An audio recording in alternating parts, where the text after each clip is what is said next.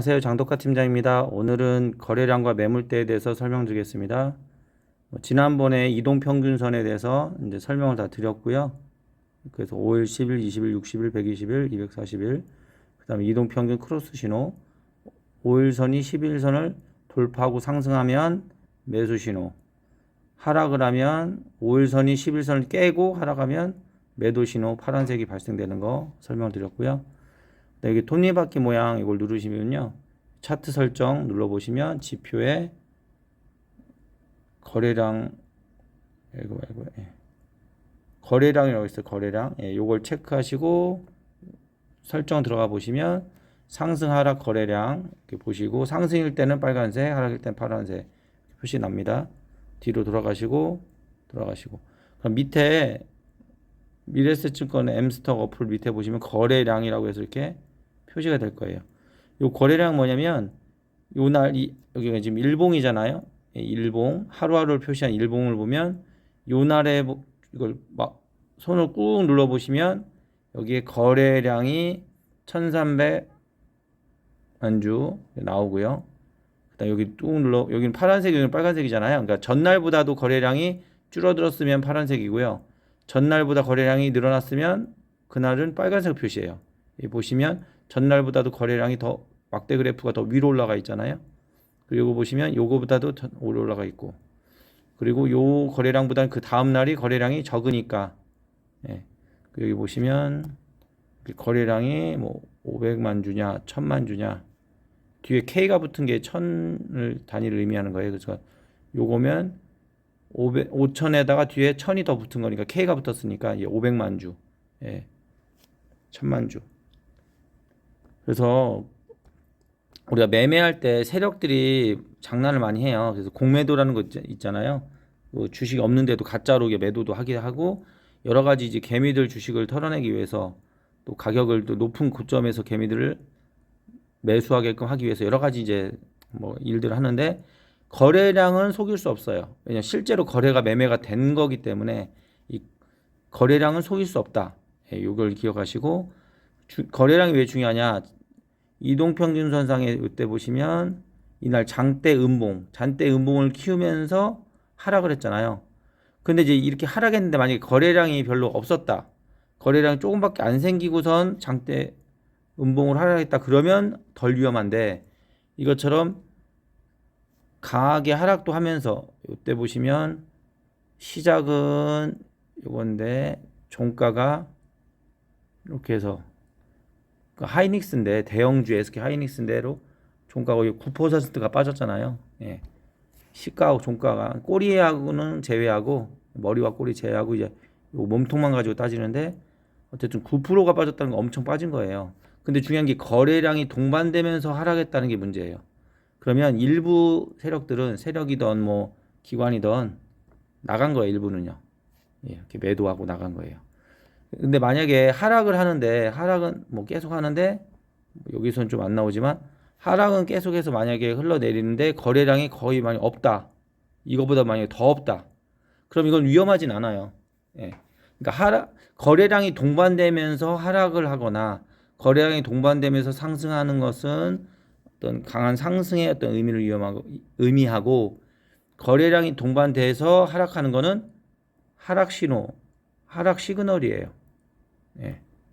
그래서 지난번에 이동평균선 얘기할 때 5일선과 11일선을 11선과 5일선까지, 20일선까지 깨고 하락했기 때문에 하락할 가능성이 크다고도 했지만, 또 거래량을 더 봤을 때 거래량이 많이 터지면서 하락했잖아요. 그러니까 이날 많은 사람들이 매도를 해서 나갔고, 또 신규 매수자들도 생겼겠죠. 그래서 이때 많이 거래량 터지면서 하락을 했기 때문에 하락 시그널이에요. 반대로 상승할 때는 반대죠. 이렇게 3월 달을 보시면, 여기 이제 3월 달이잖아요. 3월 28일. 3월 말쯤에 보시면 가격이 이제 빠진 상태에서, 저가인 상태에서 밑에 거래량이 터지면서, 거래량이 뭐 1000만 주 이상 크게 발생이 되면서, 이렇게 물론 이때 음봉이지만 상승했다가 하락은 했지만 어쨌든 저가 상태에서, 낮은 가격 상태에서 올라가면서 거래량이 터지면서 이렇게 된 것은 상승 추세를 의미하고요. 그리고 그 위에 보시면 거래량이 되게 적잖아요. 요때만 거래량이 1000만 주 이상 많고요. 그 다음에 보시면 요때 아까 말씀드렸던 최근에 요때 하락하면서 거래량이 또 터졌잖아요. 그리고 나머지들 물론 중간에 이제 거래량이 있지만, 그래서 아까 말씀드린 대로 SK하이닉스는 요 두 가지 거래량과 이평선 10일과 20일을 깼기 때문에, 장대 음봉이 나왔기 때문에 하락 추세다, 이렇게 예측할 수 있고요. 그리고 매물대를 볼게요. 이게 돋보기 눌러보시고 여기 매물대라고 나오잖아요. 매물대. 혹시 이렇게 눌렀는데 만약에 매물대 안 나온다 그러면 이게 차트 설정 누르시고 지표 들어가셔서 매물대 이렇게 선택하셔도 돼요. 예, 톱니바퀴 눌러보시면 기본 매물이고 최대 매물이고, 그러니까 최대일 때가 색깔이 더 진해지는 겁니다. 현재 매물. 이렇게 자동으로 이렇게 설정이 됩니다. 뒤로 돌아가시면 매물대까지 설정하셨으면 이렇게 띠가, 회색 선 띠가 이렇게 그어져요. 매물대가 뭐냐면, 매물대라고 하는 것은 그러니까 특정 가격에 거래량이 집중되는 거예요. 집중. 네. 이게 무슨 얘기냐? 여기 차트 보시면 지금 7월 11일부터 8월 5일까지 대략 뭐 한 달간의 일봉 차트가 이게 보여지고 있는데, 이 중에서 여기 진하게 회색이 돼 있죠. 이렇게 진하게. 여기 요 최근 한 달 동안은 요 가격대에서 가장 거래가 많이 됐다는 거죠. 예. 여기 보시면 거의 43%. 예. 물론 이걸 기간을 줄이면은 요 매물대가 바뀌어요. 이렇게 뭐 핸드폰 손가락 이렇게 누르시고 늘리거나 이렇게 쭉 펴면 그 내가 설정한 기간, 예. 기간에 따른 매물대가 다 나옵니다. 근데 6월 달부터 해도 여기가 이제 큰 매물대였고요. 요 가격. 그리고 최근으로 좁혀도, 예, 최근 한 달 정도를 좁혀도 요 가격이 가장 매물대예요. 근데 요 매물대까지 7월 며칠이죠? 요 7월 17일인가? 17일 날 요 매물대까지 떨어졌고 지켜줬잖아요. 그러니까 무슨 의미냐면, 이 매물대 어떻게 해석하는 거냐면, 요 하락을 했을 때는 요 매물대를 깨지 않고 지지가 해주는 거예요. 지지선 역할. 근데 요 매물대를 만약 깨고 내려왔다, 이렇게 요 날요. 그럼 이거는 가장 많이 거래됐던 사람들이 많이 이제 이 가격은 지켜줄 거라고 한 요 가격대가 있는데, 요거를 깨고 내려왔다. 예, 그러면 더 하락할 가능성이 큰 거예요. 예, 지지할 수 있는 선이 깨졌으니까요. 그래서 제가 이렇게 60일선 여기까지 내려갈 가능성이 크다고 얘기한 거고, 그리고 주가가 다시 뭐 오른다, 뭐 오늘 조금 약간 반등을 했는데요. 오른다고 하면 이게 지지선이었던 매물대가 반대로 이게 그 매물대 밑으로 내려왔다가 올라갈 때는 이게 저항선이 되죠. 이때는 지지선이었는데 가격을 지켜줬는데, 왜냐면 요 가격대에 매도도 했지만 매수자들이 많이 분포하잖아요. 그래서 거의 잘 안 보이는데 46% 정도 요 가격대가, 예. 대략 요 가격대가 뭐 대략 27만 원, 예, 27만 원 정도의 가격대죠. 예. 27만 원. 요게 강하게 여기서 많은 사람들이 또 매수도 했기 때문에 내가 요 가격 오면은 팔려고 하는 사람이 있을 수 있잖아요. 예. 지금 마이너스일 거니까요. 27만 원에 산 사람들은 현재가 마이너스일 거 아니에요. 그러니까 주가가 오르면 나는 어느 정도 오르면 팔아야지라고 생각하는 사람도 있고, 요 가격을 요게 이제 저항선이 돼요. 저항선. 그래서 이게 올라가다가도 요 매물대에 막혀서 떨어질 수도 있고요. 아니면 뭐 한 번에 뚫고 매물대를 뚫고 올라갈 수도 있지만, 어쨌든 이게 저항을 받는다. 27만 원 가격에서는.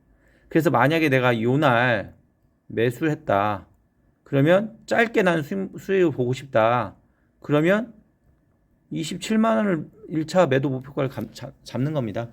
예. 물론 이 칩치만 뚫고 강하게 올라갈 수 있지만 떨어질 수도 있으니까. 예. 근데 이제 이렇게 강하게 매물대가 형성이 됐을 때는 한 번에 그러니까 일일에 1회 돌파하는 건 좀 힘들어요. 강하게 어떤 오랜 시간 동안 강하게 이제 형성된 매물대는 돌파하기 힘들고 어떻게 되냐면 한번 그날 하루라도 일일 하루라도 뚫으려고 했다가 빠지고 또 시도하고 이러다가 뭐 세 번째 이 매물대를 돌파한다든지 아니면 그날 하루에 안 되고 뭐 다음 날이나 뭐 다다음 날이니까 며칠 뒤에 이렇게 다시 매물대를 뚫으려고 하든지 예. 어쨌든 저항선으로 작용을 합니다.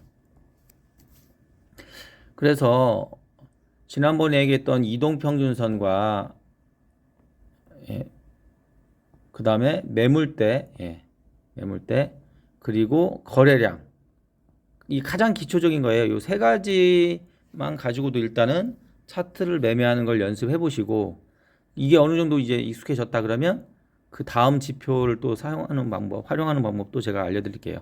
그리고 이게 일봉에서만 적용되는 게 아니라 이게 분봉으로 오늘 나는 하루 좀 매매하고 싶다 그러면 이렇게 30분봉 보통 단타할 때는 3분봉이 기준돼서 하거든요. 3분봉. 그리고 좀 길게 보고 싶다 그러면 15분봉이나 30분봉을 보고 해요. 이렇게 하루 안에 그러니까 이렇게 오늘 하루 9시부터 뭐 17시까지 요 사이 안에도 30분 봉 차트가 있고요. 그럼 요 안에서도 매물대가 오늘 하루의 매물대는 여기죠. 예. 요 가격. 이 매물대를 돌파했다가 하락했고요. 그 다음에 돌파 시도 한번 하다가 또 빠져 있는 상태고요. 그래서 매물대가 지지선 역할도 하지만 매물대 밑에서 거래가 될 때는 저항선 역할을 한다. 그리고 내가 얼마 정도에 팔아야 되지라고 생각하실 때 여기 보시면 오늘 하루 요 가격이 대략 뭐 한 26만 원에서 26만 3천 원 정도 요 가격대 그러니까 대략 오늘 같은 경우는 오늘 이제 8월 5일을 기준했을 때는 26만 3천 원 요 가격대 요게 매물대가 존재하기 때문에 만약에 요 밑에서 난 잡았다 그러면 요 매물대 요 가격에서 매도해야지라고 생각하고 오늘 하루도 매매할 수도 있는 거죠.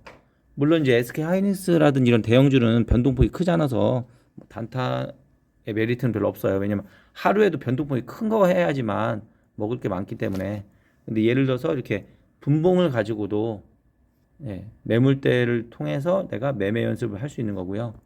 아니면 뭐 15분봉을 통해서 하시던 10분봉을 보면 하시던 어쨌든 각 분봉만 해도 다 매물대가 존재한다. 그래서 요 매물대하고 거래량하고 이동평균선 요 세 가지를 기본으로 해서 일단 차트 매매하는 거를 연습을 한번 해보시고요. 또 다음에 또 기회 되면 또 영상 그 다음 보조지표에 대한 영상을 또 찍도록 하겠습니다.